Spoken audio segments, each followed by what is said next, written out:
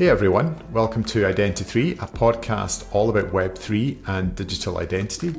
I'm your host, Nick Lambert. I'm the CEO of Doc, and I have the pleasure of being joined today by Carolyn Sorensen. She's an independent consultant at Identity for Scavi Dev. I hope I got that pronunciation correct, Carolyn, so please let me know if I didn't. Good, welcome along. And also David Kelts, who's the co-chair of mDL Jumpstart, and he is representing Secure Technology Alliance. Welcome, David. Thank you. Well, it's great to be here. Fantastic. Well, we'll get started. If you'd be kind enough to introduce yourselves, and also it would be great to give some insight to our listeners about what interested you in the field of digital and or decentralized identity. I can kick it off. I've been in this space for about 20 years, and I started out as a developer working on SAML and WS security, and really, how do two systems trust each other? How do you trust an individual? And always found it pretty fascinating. And then as I was working in financial services, I really understood what an impact identity, authentication, authorization make to the day-to-day lives of individuals. And I think if you picked anybody off the street and said, what do you think of your login experience? Like, they will have an opinion. They probably will have suggestions on how it could be better. And I just think it's such an interesting space, never a dull moment. And it's always something that impacts individuals in their everyday and really interests them. So I think all of the work that's done here really has an impact and feels meaningful. And that's why it's always, kept my attention. So I'm David Kelts. I've been involved in this space for solidly for 12 years full time. And what brought me in really was I was a psychologist, intended to be, and got into computer science because machines are easier to deal with than people. And then as I was looking at identity, there were so many psychological aspects to it and really intractable problems. I love really difficult problems. And the fact that we have entire communities trying to, fix identity problems that we have and make this usable for people, support their privacy. So I started 12 years ago with some grants to bring driver's licenses online. I was working with driver's license systems within the United States, and bring that trust online, and then started looking at how we do mobile driver's licenses as well as digital online identity. And then sort of as that space has grown and there's a lot more privacy focus, it's just been really a fun space to work in and to collaborate with people to try and solve these problems. Fantastic. Yeah, I loved your answer as well, David. It's funny that sometimes machines are much easier to figure out than people. At least there's some logic there sometimes. So an interesting way that you've moved into the space. I love the work that you guys have been involved in and how we got to kind of know about the program that you're working on is around, David, your background, mobile driver's licenses, we also refer to as mDL. Could you please explain, and I'll open this question up to either one of you, what an mDL is and what are the benefits of a mobile driver's license versus its traditional hard copy counterpart? So an mDL is a digital representation of a driver's license or an identity document. It could be used for national ID. The attributes are signed by the issuer, but then it puts it really in control of the end user. So they get to selectively disclose identity attributes from their driver's license, which is an improvement over, or identity document, which is an improvement over what we have today, where when you flash the card, you're turning over everything. So there's some advancements in privacy there. You have sort of consented device sharing using Bluetooth, Wi-Fi Aware, OpenID Connect, OpenID for verifiable presentation. So these things are becoming standardized in multiple platforms, but the ISO 18013-5 standard is applied for a mobile driver's license. And all of those communications mechanism means that there's multiple interaction modes. So it's flexible as to how a relying party, a business, an agency would accept it. because they can fit it into their current workflows. So those are it's kind of device to device sharing or token and retrieval sharing that are supported by baseline mDL. I think I would also say I don't think I'm alone in saying that a government issued digital identity credential is something that a lot of people see as infrastructure to society, in the sense of the government is accountable to residents, citizens, people that are part of the country.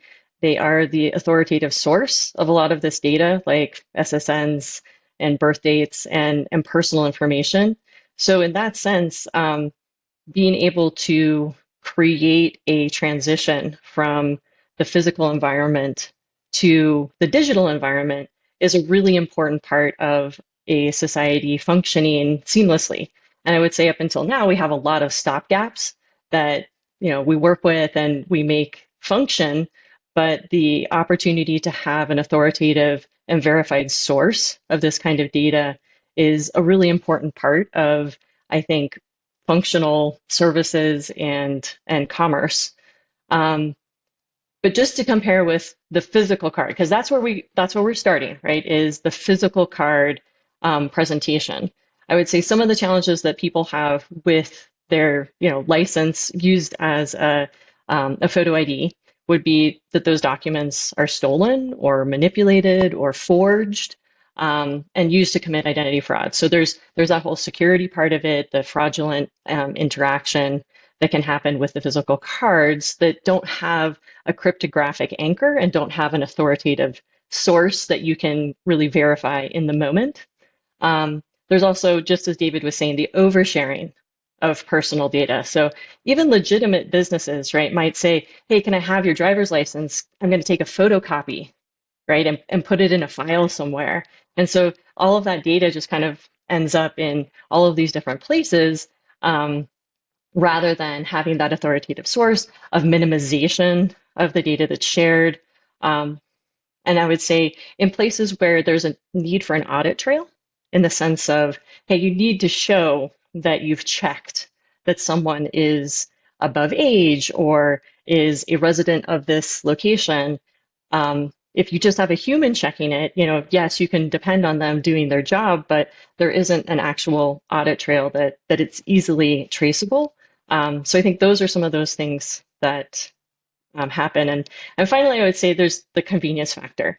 I mean, I think everyone has probably had a situation where they forgot their wallet at home, but of course they have their phone with them because that's a device that tends to not get forgotten. And so having the opportunity to present something in that digital format as a convenience factor, either you don't have to take your license out or you've forgotten it and now you have a digital replacement of it, that really kind of makes life a little bit easier in that sense and is a great complement to having the physical copy. It's a great point. I was going to say that one at the end because I wasn't sure if you're going to mention convenience, but I also think as well, Carolyn, that a lot of the time with technology that we have today, there often seems to be this trade-off between convenience and privacy stroke security. And so it seems to always be a choice of one or the other. And you tend to get the privacy-centric crowd that tend to, have password managers and things of that nature. But that's not always it becomes convenient to use once you know how to do it, but it's not at the start. And I think one of the great things here is that you have the benefits of like selective disclosures that might enable you to only pass over the information that's pertinent to the current exchange, but also you have it in a convenient way that you can transport it around it in your phone. So yeah, I definitely think there's some big wins here, and hopefully that's what sets it up for kind of mass adoption as well. Even in the in-person presentation, I think you've probably noticed that there's a lot more services that are just doing like a face biometric, getting on the airplane or some of those things. And it does mean that you need to have an additional biometric template or a photo of an individual that's in third-party sources. Whereas if you're carrying it around as part of that package, then there's an authoritative source that is stored as part of the government agency. The individual can present that credential as the sort of physical representation that's cryptographically secured. You can also do the liveness test, the presentation that the person who has that device is also the person that set up the original credential. without having to store that biometric information at the third party. So that, back to your privacy conversation of security and privacy being at odds, I think that's a great example of them working together. Well, I think we have an opportunity as we digitize identity documents to actually increase access, to make it more equitable, to provide for people that are challenged maybe by official identity, to start to streamline processes. And in fact, move away from the model we have today where all our identity data is moving around behind our backs and put it in our own hands in order to be able to use it and have a little more control over it. Hopefully from there also move to a model where we can control the removal of that identity data. So I think these are first steps that we could do regardless of architecture. There's steps that we can do that start to put identity in the hands of citizens ourselves. I think during your work with on the Utah mobile driver's license, as I understand it, you also worked with the TSA, the Transport Security Administration within that state. And you worked trying to enable, I think it's 25 airports to accept the mobile driver's license as a valid credential. Could you tell us a little bit more about that project, please? Sure. I mean, I really got to give credit to TSA for stepping forward and being volunteering to be a relying party at mass scale. They've now approved about 8 different solutions from numerous states that are accepted at 25 different airport TSA pre-check lines, and rolled out equipment that allows you to either tap to share that information, and there's about 6 fields they look for. It's not the full ID, and they can match it to the secure flight list, verify your identity. And you can also use the QR code method, so you can slide the QR code underneath and it will do. So it's, they then also drop all the data. So they're really looking at this from a privacy perspective and efficiency of access. So I think, it's an entry point for other federal agencies within the United States, even other countries that are looking at this. It's an entry point to say, all right, what did we learn? And how can we apply this better? And so I really got to give them credit for leading the way. It's difficult at times to find relying parties that want to step forward despite all the appeal of it. It's difficult to find them to step forward, and TSA has really led the way here. Do you think that, before you jump in, Carolyn, and the issue in having those relying parties, is it because it's seen to be, government agencies, and they tend to be, well, certainly in the UK, there may be a little bit more risk averse. Do you think that's one of the reasons that they are slower to come forward, because they don't want to necessarily be the ones to take that early step and for it to go wrong? Are you thinking that's the reason, David, or are there other factors at play? So I think there are, that is the reason for some relying parties. I think as well as this is building out, you have fewer people that are holding digital identities that are usable, especially in person. And therefore, there's not the sort of market demand. There's not the pull that says, like, I have to do this because everybody walks into my store is asking for it. And so that is a part of it. I think there are some real advantages to doing it, but I think there's multiple reasons that they might be stepping forward. Might be holding off a little bit and not stepping forward as the ecosystem builds, but hopefully we can resolve that. Yeah, thanks. And Carolyn, sorry, I kind of jumped in. I don't know if you had any further thoughts on the TSA project that you wanted to share. No, though I am a user of it, and yes, it is a work in progress, but I do think that it's a really exciting opportunity for the test and learn portion of how to get this digital credential out there. And it seems to me, just as a kind of passing comment, that as someone who doesn't live in the US, that there's a couple of states that seem to be emerging in the rest of the world, where obviously the whole country does something, but obviously with the kind of the legal system and the kind of states and federal system that you have within the US, it can sometimes seem fragmented. And it seems to me, at least, that California and Utah are taking the lead. Is that correct? Are you seeing other states starting to kind of come through and start to adopt this type of technology? There are other states coming forward to adopt it. I agree with you. I think that California, on a technology perspective, is really kind of leading the way. They're also looking at how they combine different architectures, sort of ISO standard, W3C standards. How can we use these most effectively in the right scenarios? And Utah, the Utah driver's license division, the companies involved, like GT, have spent a lot of time to try to build up this ecosystem. Let's roll out different use cases. Let's try some new things. And I think that has been really to the credit of those entities. That has helped to start to kickstart it. And I would say just from when I started working with the mobile jumpstart group, you see there's a map on mDL Connect, and maybe that's something that you could share in the show notes or something like that. But it shows a map of the US and the states that are participating in different programs. And I think right now it's Utah, Maryland, Iowa that have the fully certified solution that depends on the ISO standard. So that's ISO 18013-5 that defines the data structure of what is in the credential, how it's secured, and then how it's transmitted in the in-person scenario. And then there's a lot of states that are following on. So it's, I would say, a really developing area. And maybe back to David's comments of there's a bit of a catch-22 of like, well, if there aren't, individuals and residents who have this available, then maybe as a business, it's a big investment and I don't want to make it yet. But I do think that there's a lot of growing momentum. And especially as state agencies start looking at using it. So in Utah, we have a state liquor store where you have to go if you're getting anything other than our low alcohol beer. um, and that's a state agency, and so some of those initial use cases are drink your own champagne kind of scenario where a government agency is accepting a government issued credential as a way for proving age.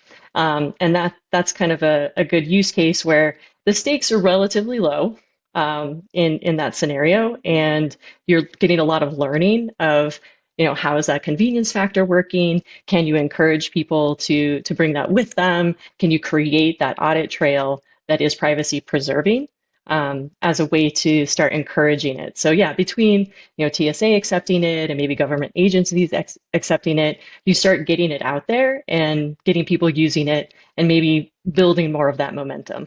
Yeah, that was going to basically bring me on to the next question, Carolyn. So it's good that you kind of headed me off at the pass there, because we did talk about driver's licenses and how they can be used in different environments, checking in at airports and things like that, and then also buying liquor. Are there other ones that you guys are aware of that are that your mDL can be used for, either in Utah or further afield? Yeah, I think there's a lot of interest, and it's kind of a prioritization discussion that we've had in the mDL Jumpstart group around opportunities that are some of those initial convenience factors, like we were just talking about, or government agencies accepting the mobile driver's license, which is a really critical, I think, step in getting the general usage going. But a couple of other places that are high on the list, one would be in healthcare and in in-person interactions. I mean, first of all, healthcare has a lot of challenges around unique identity. And I think the primary concern there is making sure that there's no commingling of health records and that, there's true uniqueness in the identity. And that's a way to, protect people from accidental, if you have the same name. And it's remarkable how many cases there are of names and birth dates being the same, for example. That they really worry about. So that's a primary concern that they have, as well as when you're checking in to a hospital or to a clinic, making sure that the individual presenting, let's say, an insurance card is the same person that it's been issued to. So that's some in-person healthcare use cases that we've talked about. Financial services is also a great place where, if you're having an in-person interaction, it most likely needs to be something that has authenticity. And I think there's some credit unions that are looking at using the mobile driver's license in person. So, maybe you're cashing a check or having, an in-person interaction. This is a way to, number one, be able to verify the individual's identity, to create a privacy preserving record and audit trail of the interaction, and hopefully create a stepping stone into that future of using your mobile driver's license in other online use cases, not just the in-person. Yeah, I mean, I think one of the places where we're trying to do some of this work and like build out more use cases is through the Secure Technology Alliance. Carolyn and I are both part of, I'm co-chair of a group we call Jumpstart mDL, which is intended to get over this chicken and egg problem of the ecosystem of relying parties and users waiting for each other. And so what we've done is we've prioritized a set of use cases. I mean, obviously, numerically, people are going to make an age-based purchase or they're going to drive their car. Like that's what they do most often. And so building those out is important. But there's other ones that can be driving use cases because of the security involved, because you could really make a point about how this can improve privacy. So we've prioritized these use cases, and there's about 12 different companies who are primarily vendors in the space, but some relying parties that have come together to say, let's just skip this, let's work together. Let's like skip brand names and so on, and let's build out a use case. Because if we publicize the fact that you can better identify healthcare records, that you can make it easier to do financial services delivery, opening accounts or identifying accounts. If we can prove this out, it helps the whole ecosystem. So that, and through that, we're sort of publishing things on mdlconnection.com that will be assistance for relying parties, reasons to get involved now, because there's plenty of them. Sometimes it's just that the business sort of depends on really accurate, strong identity verification. Sometimes it's customer positioning, like we're a technology leader. This is what the credit unions have kind of jumped on. We're a technology leader. We're going to use technology to provide better services for you. And like TSA, just to learn and to inform other federal agencies so businesses can learn and inform their peers. So that Jumpstart group, we're definitely, we're looking to have more people join in and help us to start to build it. Once this ecosystem's going, I think it will have a net positive effect, not just for mDL, but for other types of identities that can be brought into these situations. Better citizen management of their identity, or user management of their identity, and more relying parties. So I think we can really get the ball rolling through this work. Yeah, I think that's the call to action for your listeners in this case, because I expect there's a lot of identity professionals and people who are interested and maybe work in this space to think about those use cases, think about how this might help your industry. Yeah, good point, Carolyn. And I was going to go back to a point that you said, and I think kind of David's comment kind of tied into that, where it's something that we're also seeing at Doc, where we are starting to see a momentum shift of businesses, government, organizations generally start to become much more aware, educated, and interested in implementing this technology. So it sounds like that's something that you guys are starting to see as well, which is hugely encouraging, because I think there's been a lot of people in this industry that have been waiting what seems like an awful long time for things to start picking up. So hopefully we're really starting to see that come through now. I think as well, like one of the things that are used to judge new technology is the impact that they have on our lives, on businesses and things generally. Can you speak a little bit about the impact that you see like mDL and decentralized identity technology generally, how it impacts businesses, how it impacts end users, companies and vendors working within the space, and then also government services? And I know that's a very open, broad question, so feel free to start wherever you like. Yeah, I think there's quite a few areas where you're asking for the impact on businesses or agencies, government service delivery. There's lots of places where either accuracy of the identity information, which you can get from an mDL and from these, digitally signed credentials in any form, So there's accuracy issues, there's reduction of fraud because you can better tie those to the person. There's less reliance on things like knowledge-based authentication, which everybody fails. And so when you combine both these in-person and over the internet style use cases, you can even make services more efficient. You can gain efficiency by doing this. This is, TSA has been looking at, can we process people more quickly? If they save 2 seconds on every one of these transactions over the course of a day with millions of travelers, this just adds up. So I think there's there's efficiency gains, accuracy gains, the reduction of fraud. On the internet space with COVID benefits, I've read articles, excellent articles from like NBC News and CBS where there was hundreds of millions of dollars of COVID benefit fraud. And they've identified that these moved into accounts that were not citizens of the United States. So this is in the US.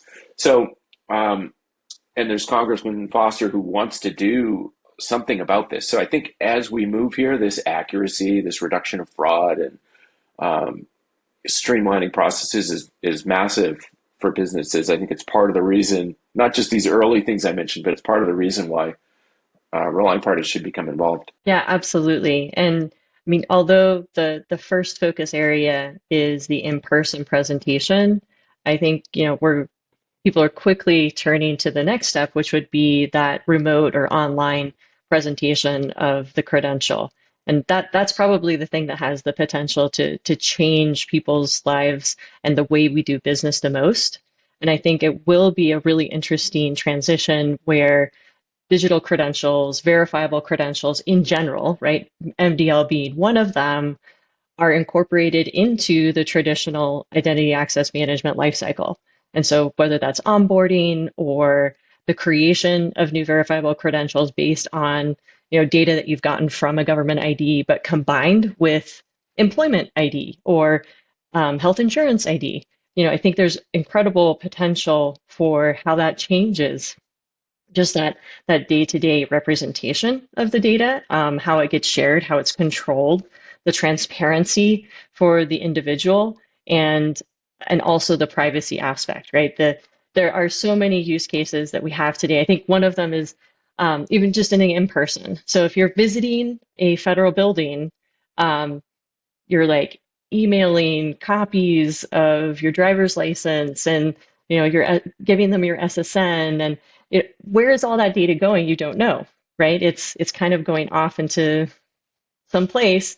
In Utah, for example, there's a way to apply to get lost financial assets. So like if you had a bank account and it got closed, those get turned over to the state.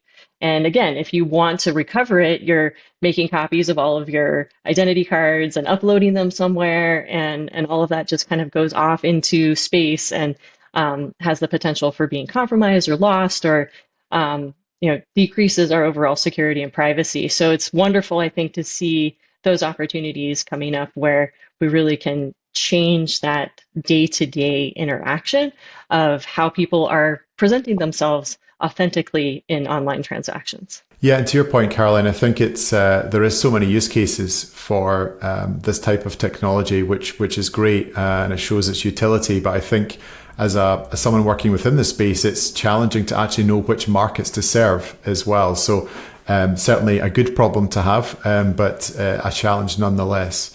But yeah, it's clear that the impact of decentralized identity is really going to impact all stakeholders, and certainly for the most part in a very positive way.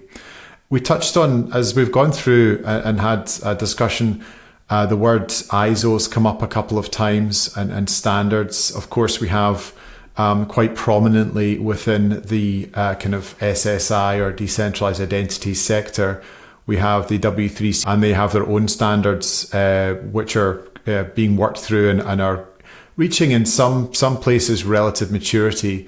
Could you give us an insight into the differences or how the standards compare between ISO and W3C?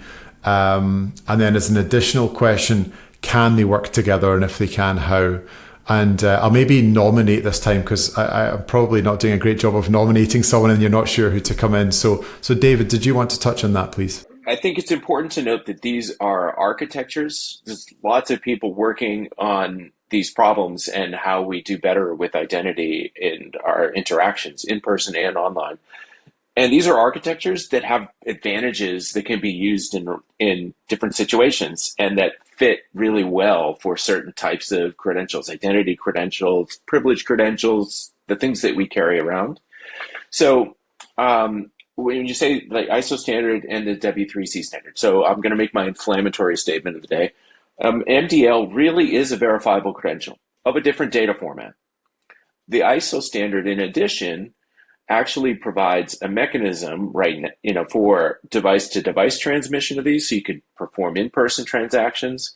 And then you have some additions happening, like OpenID from OpenID Foundation, which is another standards organization working on similar problems for like OpenID for verifiable presentation, and how you could actually bring these different data formats together, the different verification methods for these data formats, which have really nice application in different circumstances. Bring these together and make them presentable. So I think as the standards are coming together, I think where like Spruce ID has done a tremendous job with work in California of how can we pull these things together? How can we deconfuse the government officials on one thing being better than the other, just as a baseline, and realize credentials have different formats and those are really usable in the right architectures in the right circumstances. So I think there's some really good resources coming together. I know that like Kalia Young, who's well known in the space, Identity Woman, has come up with like, let's compare the different data formats. And as you start doing that, you start really being able to apply the right architectures at the right times. So I do see these coming together. I think that it's a critical thing that has to happen for the space to really start adoption, is to apply the right things at the right time. And I think there's precedent, right, of how standards evolve. And, you have a lot of really smart people who are very passionate about what they're doing, and they're working on, these great standards and thinking it through. But part of it is that nobody knows exactly what it's going to look like once it's in the wild. And I think we'll all learn a tremendous amount of these use cases and seeing how things work and seeing how people use it and how businesses adopt it and how governments adopt it. And I mean, a lot of times it is kind of the 2.0 that becomes the long living standard, but there's incredible value that you get out of those early days too. There's real benefits of trying it out, working towards it, and already, making people's lives better, even with that initial investment. Yeah, thank you. And I think the genie's out of the bottle, isn't it? So it's a case of releasing it and then seeing how it goes and then adapting if need be. And then with the growing usage of digital identities, we've talked about many of the advantages in terms of privacy, and of course with you can't have privacy without security. There are challenges as well, I guess. What would you see those being? And Carolyn, maybe you can pick this question up. Sure. There's been a lot of really thoughtful both criticism as well as opportunity in how do you create a more authentic space, especially in the online space. And I think the general starting point has been a lot of anonymity. And there's an assumption that is powerful, but I think there's been a growing demonstration that authenticity is also a really important part of those interactions. And so, as we talked about at the very beginning, you don't have to always have authentication and security at odds with privacy. And in fact, in a lot of cases where it does start to matter, you get better privacy by adopting standards and regulations that have it at the forefront rather than kind of just solving the gap by passing around a lot of data in the background. Or, I think we've kind of outsourced a lot of it to big tech as well. and risk analysis where there's, huge amounts of personal data about individuals that are, being sold simply because there isn't a good authoritative source and there isn't really any control that any of us have about what gets shared. So there's a little bit of the horses out of the barn in the sense of there's a lot of private PII out there already. But I think adoption of an authoritative source that people can trust, that is transparent to the holder around what data is captured about them, what they've shared, who they've shared with, it gets us in a much better place than we are today, which is that it's just all getting passed around and people are like taking pictures of your face and trying to figure out how old you are and storing biometric data in a lot of different locations because they have to. So I think it's getting us in that better place of acknowledging that there are places that authenticity is really important. And in that case, let's put privacy first, and it's going to be a combination of both technology and regulation to get us to that point. And I think there's been a lot of good writing so far on what the privacy implications are. I mean, there's an ACLU white paper that points out really honestly a lot of the things that can be positives and the things that can be negatives and the ways that it can impact privacy. Kantara Initiative has done a study on mDLs and privacy and verifiable credentials and privacy. States are issuing privacy standards. There's even, like the NXE of the ISO 18013-5 standard has a privacy by design, like let's take a look and make recommendations on top of the standard for exchanging data. There are recommendations on how best to do the privacy.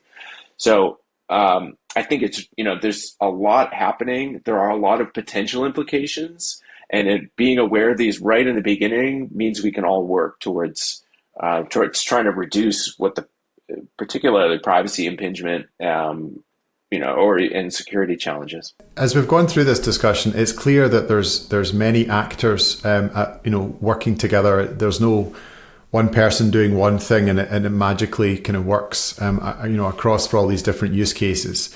And David, I think I noticed an article that you'd written in a kind of biometric, I think it was a kind of blog, and you made the comment that identity privacy is always an ecosystem play. Could you unpack that a little bit for us, please? Yeah, sure. I believe that it really is a collective responsibility to implement for privacy, to design for privacy, and then to roll these things out and implement for them. And really, there's so many roles in an ecosystem that each has their part to play. I think you see this a lot. You've got data processors, data collectors. These are sort of defined entities. And as they take part in an ecosystem, all need to be working towards the same goal, and hopefully all will comply to some enforcement of that. I think you see in Canada where you've got Pan-Canadian Trust Framework, Australia with the TDIF, where there are frameworks for how privacy gets enforced. So when you look at some examples, like let's say an example of a bad actor, if somebody took a purely decentralized play and issued an identity, but they used the usage of that credential to sort of track transactions, to provide discounts when you start walking near a convenience store. If it's really that, then regardless of the architecture, bad actors in the system can start to impinge upon our privacy and weaken the privacy that's even there by design. So that's why I think it's an ecosystem play. It's, issuers have to do their part. For the most part, especially in the United States, I'm hearing every issuer say the same things, like, we don't want to know what your transactions are. This is not our business. And so that's a good part. If you look at the operating systems, it's important. I know Carolyn mentioned big tech. Like, it's important that the operating systems themselves that sometimes have a little access to requests or data as it flows through, that they take their part in it, that the relying parties aren't over asking for data. And then really the umbrella around that is to have a trust framework with some enforcement. So that's why I say it's always an ecosystem play and requires all of our collaborative effort. Yeah, well said. But there was a load of other questions that I wanted us to get through today, but I think we're kind of getting close to time. So I would like to end on a kind of upbeat, and also maybe ask you to get your crystal balls out a little bit and say, where do you see this technology going? All things kind of playing out as you think. Where will we be in the next 5 to 10 years? And Carolyn, if you could pick that off first, that would be great. I'd love to kick it off because I do think it's an incredibly exciting space. One of the major benefits of approaching, I think, identity authentication in this way is you're putting the individual and the holder at the center of the ecosystem that we're talking about. And that means, more visibility into what data is captured about you, who knows about it, who you've shared with, and what has been shared. So just that transparency, that control, that minimization of private data being transmitted, I think is a really positive aspect.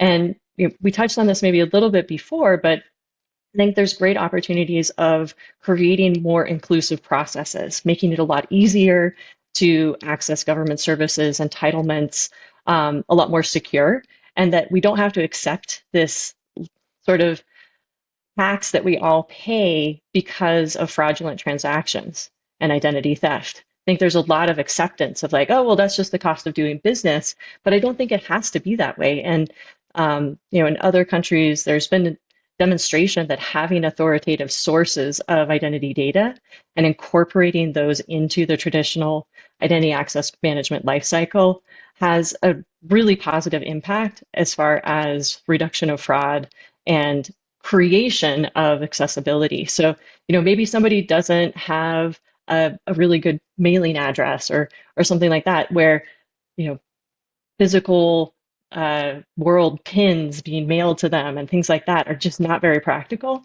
Whereas if they're able to register and use this digital credential as kind of a stepping stone to a lot of other services, then that could be seen as a net positive overall. And as we're moving toward these standards, you even have the opportunity of that being accepted in more places. So, if it's a mobile driver's license that's issued from Utah, but it's still readable when I'm renting a car in France or something like that, right? You've got now an opportunity to create a lot more interoperability because it's relying on a set of standards that are agreed upon. So those are also things I think are really exciting opportunities to make life a lot simpler, a lot more authentic and inclusive. When you ask about 10 years from now, I'd like to see all of this replaced by something that's much more effective.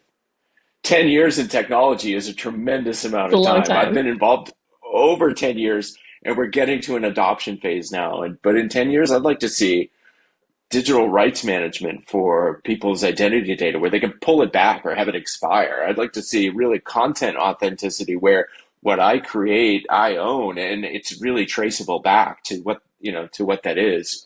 Really citizen managed identities where I create one at birth, and then as I go through, I'm adding credentials to this, or I'm adding proofs that others accept to this, that I am who I say I am. So, that we can use these in reputational situations as well as purely government ID situations. So yeah, 10 years, let's do better. Those are Yeah, good.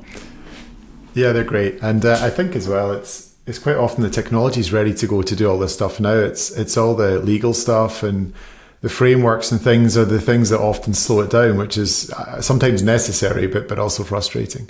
That's us pretty much out of time. I really have enjoyed this discussion, Carolyn and David. Is there anything else that you'd want to say before we wrap up for this episode?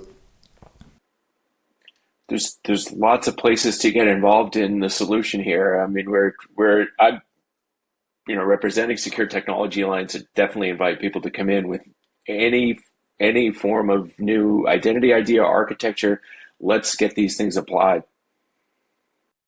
And Nick, thank you so much for the opportunity to share your platform and get the word out. And yeah, I just echo that call to action of identity professionals giving feedback on how this works or doesn't work for your use cases, and would love to see that participation.